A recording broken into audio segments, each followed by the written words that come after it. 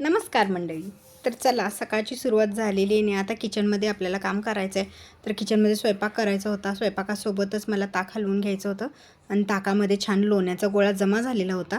तर लोण्याचा गोळा काढण्यासाठी थंडीच्या दिवसामध्ये थोडंसं गरम पाणी घातलं तर ते चांगलं पटकन गोळा होतं. थोडं गरम पाणी टाकून पुन्हा घुसळून घेतलं आणि अशा पद्धतीनं घुसळून घेतल्यानंतर बराच वेळ घुसळल्यानंतर छान असा लोण्याचा गोळा तयार झालेला आहे आणि तुम्ही बघू शकताय किती छान पद्धतीनं लोणी तयार झालेलं आहे. लोण्याचा गोळा आलेला आहे. आता लोणी काढून झालेलं आहे आणि आता मला भाकरी करायच्या होत्या. तर मी भाकरीची पण तयारी करत होते. तर लोणी काढलेल्या हाताचं तेलकट चिकट काही जात नव्हतं बराच वेळ, त्यामुळे ते घासून पुसून स्वच्छ करावं लागत होतं.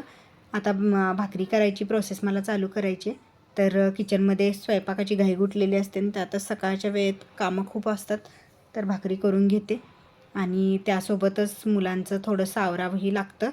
निरंजनची अंघोळ आता झालेली आहे. निरंजन आलेलं आहे माझ्याजवळ. त्याला रोज अंघोळ झाली की असं मला मिठी मारावी लागते. त्याची सवयच आहे ती लहानपणापासूनची आणि त्याच्या आवरायचं असतं, स्कूलला जायचं असतं. तर तो आवरायला गेलेला आहे.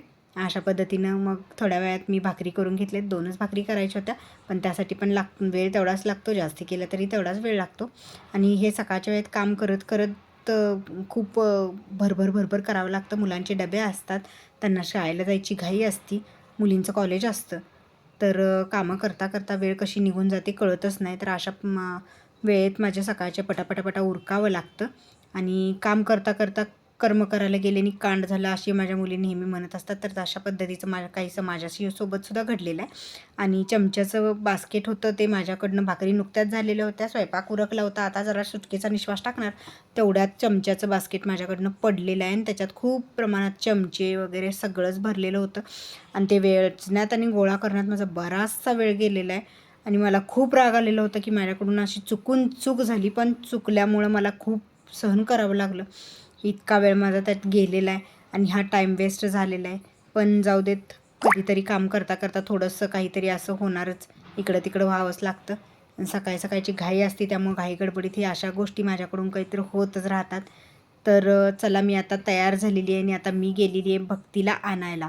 भक्तीचं 12वीचा पेपर चालू आहेत आणि तिचा पेपर आहे बळवंत कॉलेजवरती. तर आपण आलो आहे आता बळवंत कॉलेजवरती तिला नेण्यासाठी. तिचा नंबर तिथं पडलेला आहे आणि कॉलेजचा परिसर मी तुम्हाला थोडासा दाखवते. आणि पेपर आता सुटला आहे, मी तिला घेऊन घरी आले आणि ती बघा कशी भूक लागली, ती भरभर जेवते आणि निरंजनने पसार काढला. Bye bye.